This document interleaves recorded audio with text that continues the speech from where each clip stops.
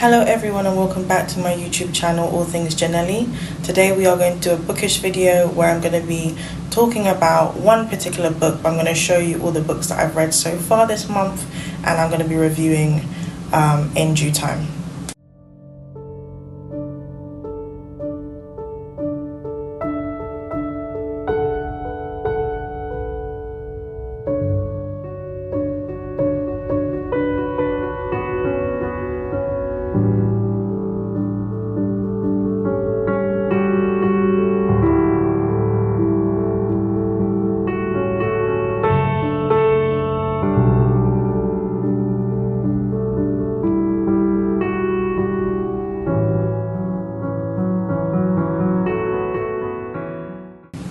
So I'm going to start off this book review process with the first book that I read to start off my summer in August, which was A Court of Thorns and Roses. The first thing I do is I just get a picture of the cover so I can put it on my book tracker.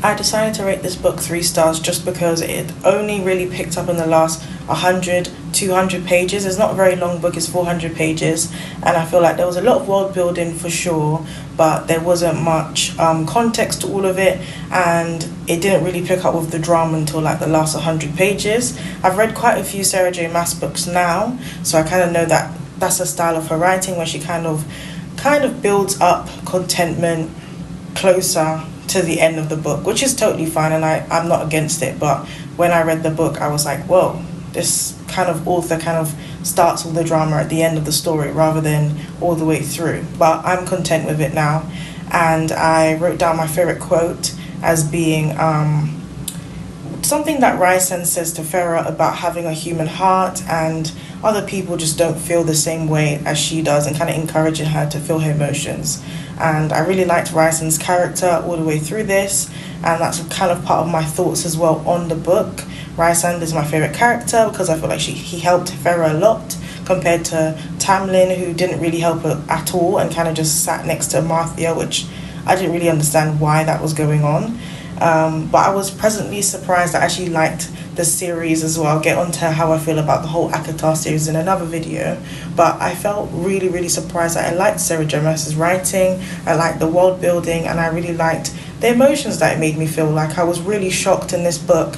I felt for Farah, I felt for everyone else who was kind of like suffering during this time, and I really wanted them to win. I didn't quite understand why Rysand was so involved in Farah's life when I read this book to begin with. I'm not going to try to give any spoilers, but basically it's like a love story as well. It's like it's a romantasy book, so it has some like romance and has some fantasy. I feel like the first book definitely has a lot of fantasy elements in it and less romantasy. It depends really if you like Tamlin and Farah as a couple. I didn't really. I felt like he kind of played her in a lot of different ways, because how is it that it's a curse that his powers align with a human person, you know, loving him, and it's so convenient that now Farah's killed his friend, and the way he was acting, I just didn't buy it when I was reading the book. I was just like, of course you're essentially seducing Farah into being with you, and so that you can break the curse. But I do love that Raisan became the person for her to help her out and to kind of like support her through horrible trauma. But at the end of the book, I was really confused as to why he kind of just ended up being very confused and then vanished. I was like, so what's going to happen now? So that's the only thing I would say I really liked about the book. It made me want to read more. It made me want to be more interested in the book. And I think it's a really good read. And if you haven't read the ACOTAR series, I 100% think you should read it. It was a really, really good series to read. Obviously, I'm on summer holidays, so I have nothing to do but read.